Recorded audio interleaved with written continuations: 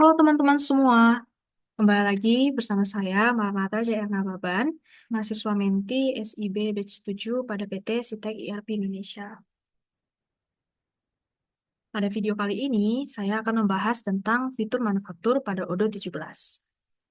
Adapun table of content materi yang akan dibahas pada video kali ini yang pertama, modul manufaktur, yang kedua, BOM, tipe subcontracting, yang ketiga, manufacturing order atau MO, 4, reordering rules, 5, forecasting permintaan masa depan, dan yang keenam, work order.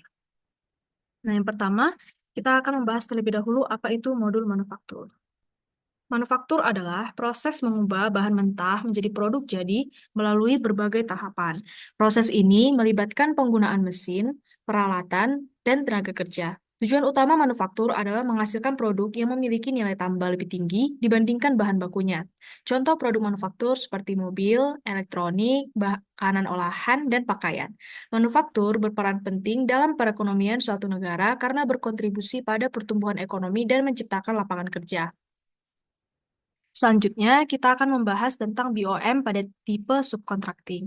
Nah, BOM pada tipe subcontracting merupakan BOM yang digunakan ketika sebagian atau seluruh proses produksi suatu produk dialihkan kepada pihak ketiga atau subkontraktor. Untuk membuat BOM dengan tipe subcontracting, yang pertama kita pastikan terlebih dahulu fitur ataupun modul manufaktur telah diinstal di Odoo kita.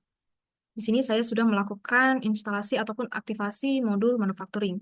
Kemudian kita akses dashboard dan masuk ke modul manufacturingnya. Nah, di sini kita masuk terlebih dulu ke configuration, kemudian klik setting.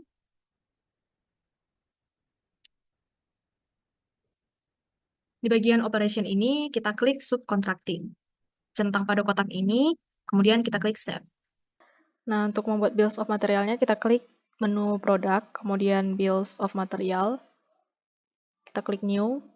Di bagian produk ini, kita search drawer black.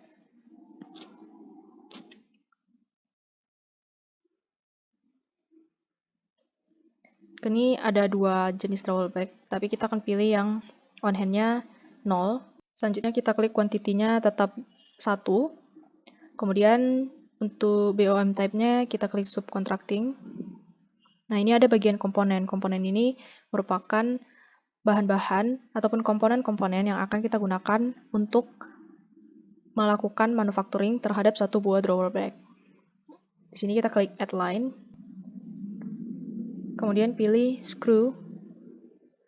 Tambahan lagi untuk komponen kedua, bolt. Kemudian untuk komponen yang ketiga,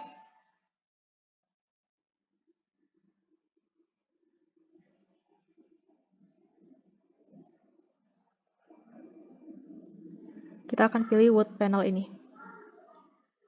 Selanjutnya kita masukkan quantity masing-masing daripada komponen ini. Karena kita akan membuat satu drawer bag saja, maka kita membutuhkan screw mungkin kurang lebih 10 screw untuk satu drawer bag. Kemudian bolt kita masukkan 5 saja, dan yang terakhir wood panelnya 4. Nah, setelah semuanya terisi, di bagian ini juga jangan lupa diisi, kita masukkan subkontraktor yang akan kita pilih, kemudian company-nya tetap my company ini saja, kemudian kita klik save. Nah, untuk BOM dengan tipe subcontracting telah berhasil kita buat. Nah, selanjutnya, manufacturing order merupakan perintah produksi yang digunakan untuk mengatur proses pembuatan produk. MO berisi informasi detail seperti jumlah produk yang akan dibuat, bahan baku yang dibutuhkan, waktu produksi yang ditargetkan, dan langkah-langkah produksi. MO berfungsi sebagai panduan bagi tim produksi untuk memastikan produk dibuat sesuai dengan spesifikasi dan jadwal yang telah ditetapkan. Selanjutnya kita akan membuat manufacturing order. Tapi sebelumnya kita akan melakukan pengecekan terlebih dahulu pada produk Draw Black yang telah kita buat sebelumnya.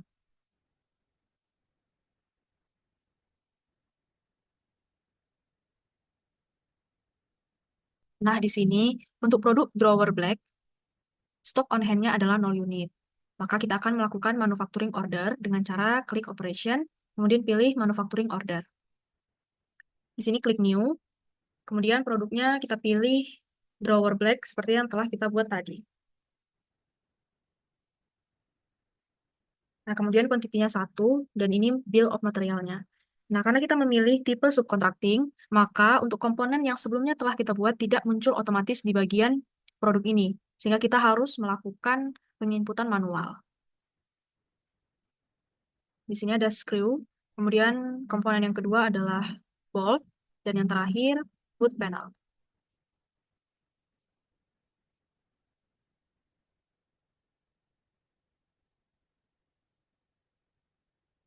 Kemudian di sini kita isi untuk consume-nya berapa buah produk ataupun komponen yang akan kita gunakan masing-masingnya untuk membuat satu drawer black. Kita sesuaikan saja dengan jumlah komponen yang telah kita tentukan pada pembuatan bill of material tadi. Nah, selanjutnya di sini kita juga dapat mengatur schedule date-nya dan end date-nya. Kita bisa pilih misalnya schedule date-nya adalah 16 Oktober. Kemudian untuk end-nya akan berakhir di 16 Oktober juga, 1 jam kemudian. Nah, di sini kita bisa klik confirm.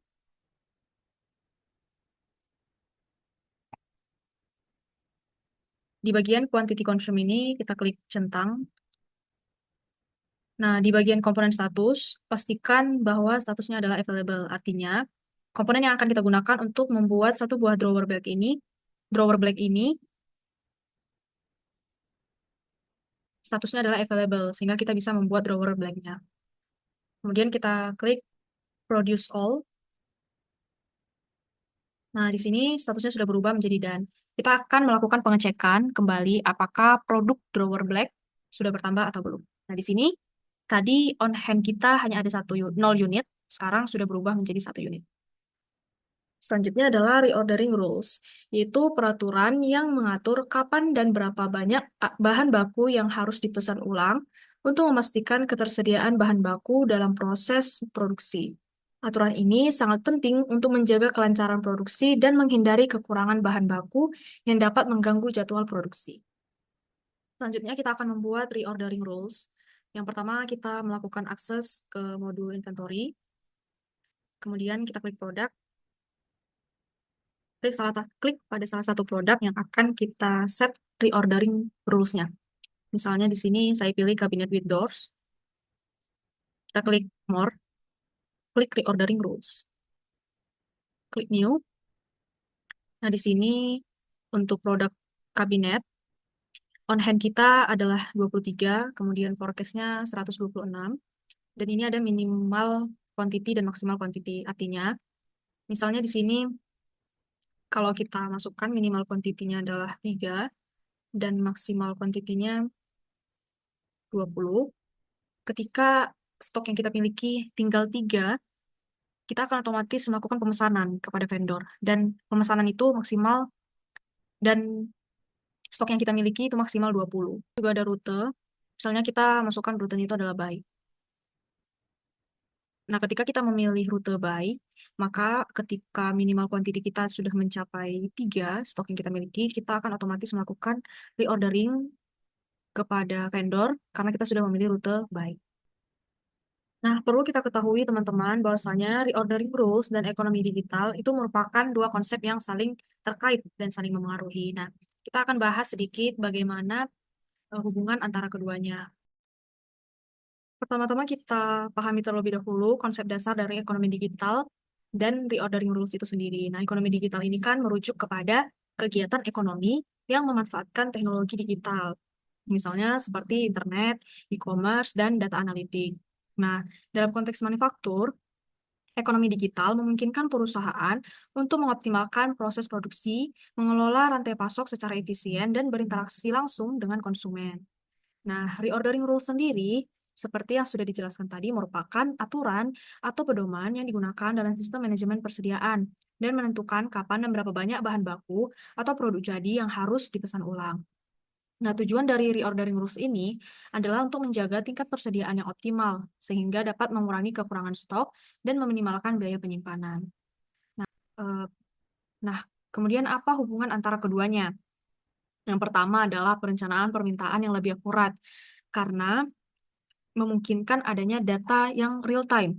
Ekonomi digital memungkinkan perusahaan mengumpulkan data real time mengenai permintaan konsumen melalui berbagai saluran online. Nah, data ini dapat dianalisis untuk membuat perkiraan permintaan yang lebih akurat. Selanjutnya adalah mengoptimasi rantai pasok. Sistem digital memberikan visibilitas yang lebih baik terhadap seluruh rantai pasok, mulai dari pemasok hingga konsumen akhir. Selanjutnya adalah forecasting. Forecasting pada modul manufaktur Odoo merupakan fitur yang sangat berguna untuk memprediksi kebutuhan produksi di masa depan. Dengan menganalisis data historis seperti permintaan pelanggan, tren pasar, dan ketersediaan bahan baku, Odoo mampu menghasilkan perkiraan yang akurat. Hal ini memungkinkan perusahaan untuk merencanakan produksi secara efektif, mengoptimalkan penggunaan sumber daya, serta menghindari kekurangan atau kelebihan stok. Melakukan forecasting mengenai modul inventory dan sales, kita dapat melihatnya melalui reporting, kemudian stok. Nah, di sini kita bisa melihat data-data yang bisa kita gunakan nantinya untuk melakukan forecasting. Misalnya di sini, saya akan memilih kategori all. Nah, ini untuk kategori all ada 4 produk. Misalnya kalau saya pilih yang kedua ini, office furniture, maka inilah produk-produk yang terdapat pada kategori ini. Misalnya kita akan melihat forecasting dari inventory office furniture ini saja. Kemudian di sini kita klik action, kemudian export all.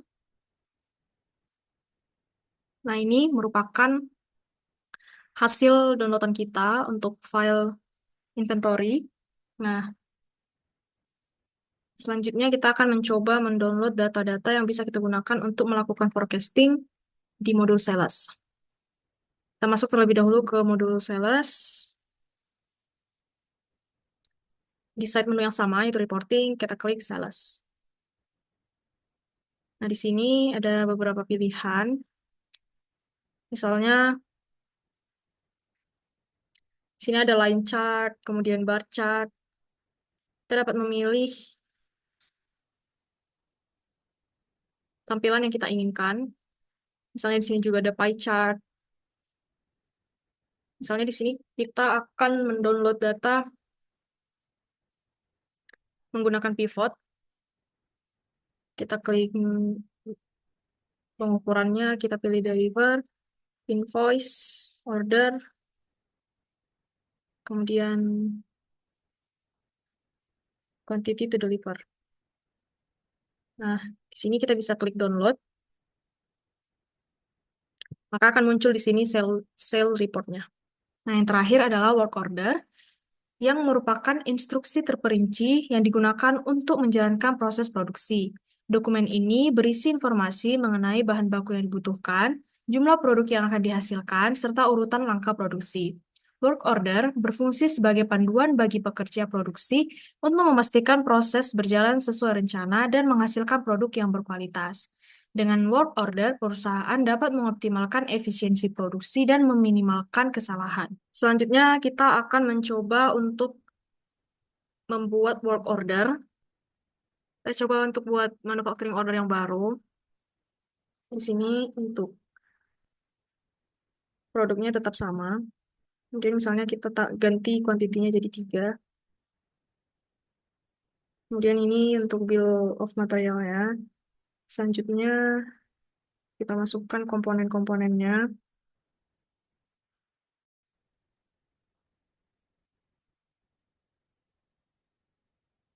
Kemudian bolt dan yang terakhir adalah wood panel. Nah, di sini jangan lupa diisi untuk konsumnya karena kita mau produce-nya itu 3.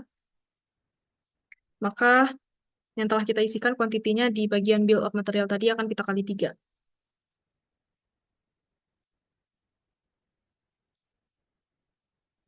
Nah, selanjutnya kita klik confirm.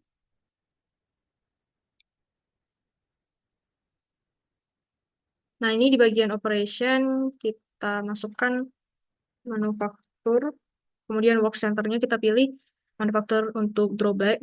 Di sini untuk membuat work center kita dapat mengklik configuration kemudian memilih work center dan pembuatan work center baru akan dimulai. Nah, di sini kita save terlebih dahulu. Kemudian kita cari kembali di bagian work order.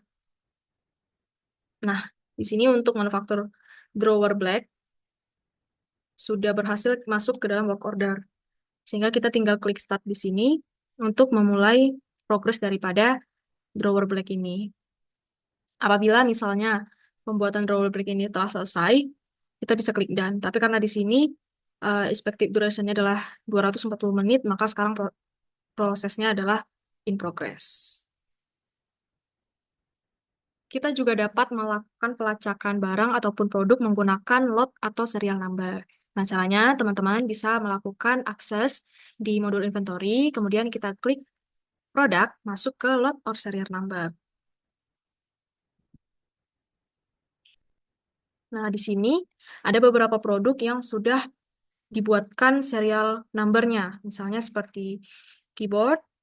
Di sini juga ada lemari kantor yang sudah pernah saya buat videonya sebelumnya.